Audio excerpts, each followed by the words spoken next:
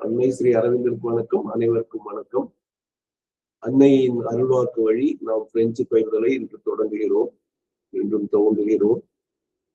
Bonjour à tous. Good morning to everybody. இன்னைக்கு ஆங்கிலத்தில் சொல்வது முதல்ல தமிழ் சொன்னா 2026ஆம் ஆண்டு ஜனவரி மாதம் 29ஆம் தேதி வியாழக்கிழமை காலை நாம் பயிர்களை தொடங்குகிறோம். தமிழில் சொல்லியாச்சு. ஆங்கிலத்தில் 29th January 2026. பிரெஞ்சுல 29 janvier 2026. வாசிஸ்ங்கிறது 26.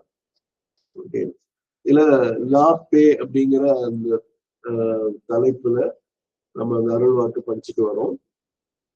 அதுல இதெல்லாம் சிலதெல்லாம் முடிச்சிட்டோம். இப்ப நம்ம ஹைலைட் பண்ணது vous ne trouverez la paix nulle part si vous n'avez pas dans votre cœur. இந்த வூங்கிறது நீங்கள் என்ற சொல்ல பிரிக்கிறது. நீங்களுக்கு கியூன்னு சொல்லுவாங்க, நீங்கள் அப்படின்னு அர்த்தம்.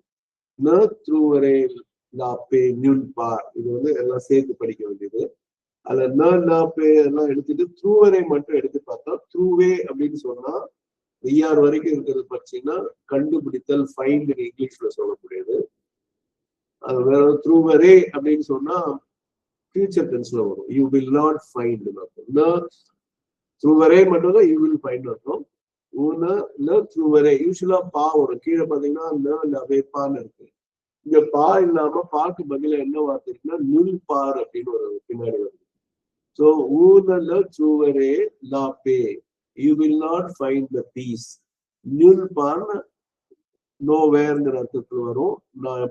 நில்லுங்கிறது இங்கிலீஷ்ல நாலு மாதிரி இருக்கு. அது பாருங்கிறது பகுதி. இப்போ நோவேர்ங்கிற வார்த்தையை அதை பயன்படுத்தலாம். அது கமா இருக்கதா நீங்க கற்பனை பண்ணிக்கலாம். சி அப்படின்னா இஃப் அர்த்தம். இந்த இடத்துல இஃப் அர்த்தம். இஃப் அதே ஊ ரிப்பீட் ஆகுது. அப்படின்னு போட்டிருக்கு.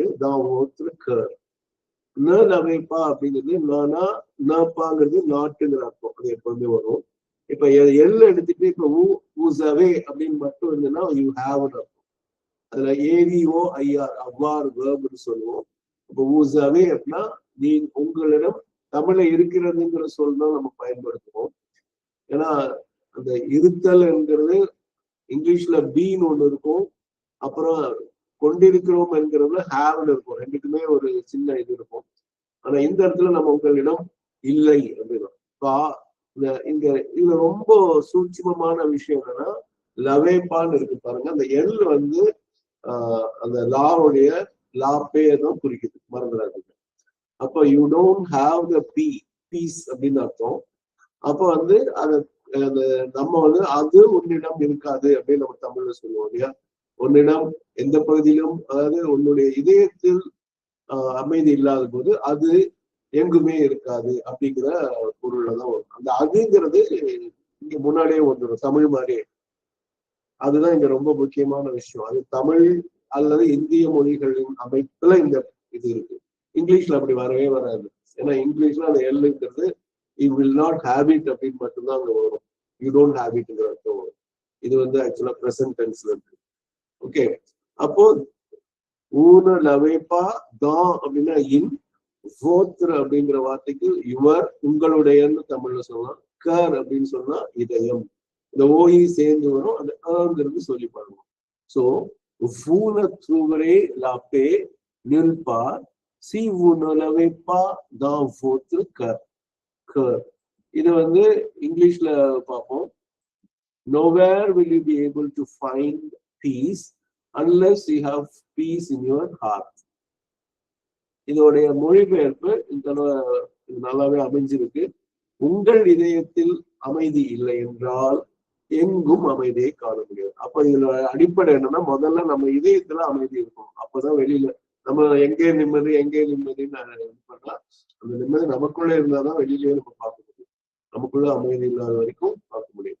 இதுல என்னன்னா, இது ஆங்கிலத்திலயோ தமிழ்லயோ படித்து நாம் கடந்து விடுவோம். பொதுவா இவ்வளவு ஆழமா போக மாட்டோம். இப்போ சொல்லாக, ஏன்னா நமக்கு அது மொழி புதுசு அப்படிங்கிறதுனால சொல்லாக பார்ப்போம். அது அமைப்பு புரியுது எல்லாம் பார்க்கும்போது இன்னும் கொஞ்சம் நம்ம அன்னையின் பிரெஞ்சு வழியாக படிக்கும்போது அன்னை சொற்களுக்குள் இது இருக்கும். ஏன்னா அன்னை சொல்றாங்க அதோடைய அந்த பவரை நீங்க எடுத்துட்டீங்கன்னா இந்த படிக்கிறதுல பயனே இல்லைன்னு சொல்றாங்க. ஏன்னா ஒவ்வொரு சொல்லிலும் நான் நல்ல ஆற்றலை பொதிந்து வைத்திருக்கிறேன் என்று செல்லத்தில் சொல்றாங்க. அதனால இந்த அது படிக்கிற read my books in French and Sri Aurobindo's books in இங்கிலீஷ்ங்கிற ஒரு தகவலும் கொடுத்துருக்காங்க. அதெல்லாம் பார்க்கும்போது நம்ம இது புரியுது. இப்போ நம்ம இதே விஷயத்த நம்ம ஒளிபுரிஞ்சிய பாதையிலையோ அல்லது சன்லைட் பாத்திலையோ அப்படியே படிச்சுட்டு போயிருப்போம். ஆனா இந்த அளவுக்கு ஆழமாக போகக்கூடிய வாய்ப்புகள் மிக குறைவு. அதனால இதை எப்பவுமே நினைவு கொள்ள வேண்டும். மீண்டும் அதை படிக்கிறேன். Vous ne trouverez la paix nulle part si vous ne l'avez pas dans votre cœur. Merci beaucoup à tous. Merci à la mère, à Sri Aurobindo.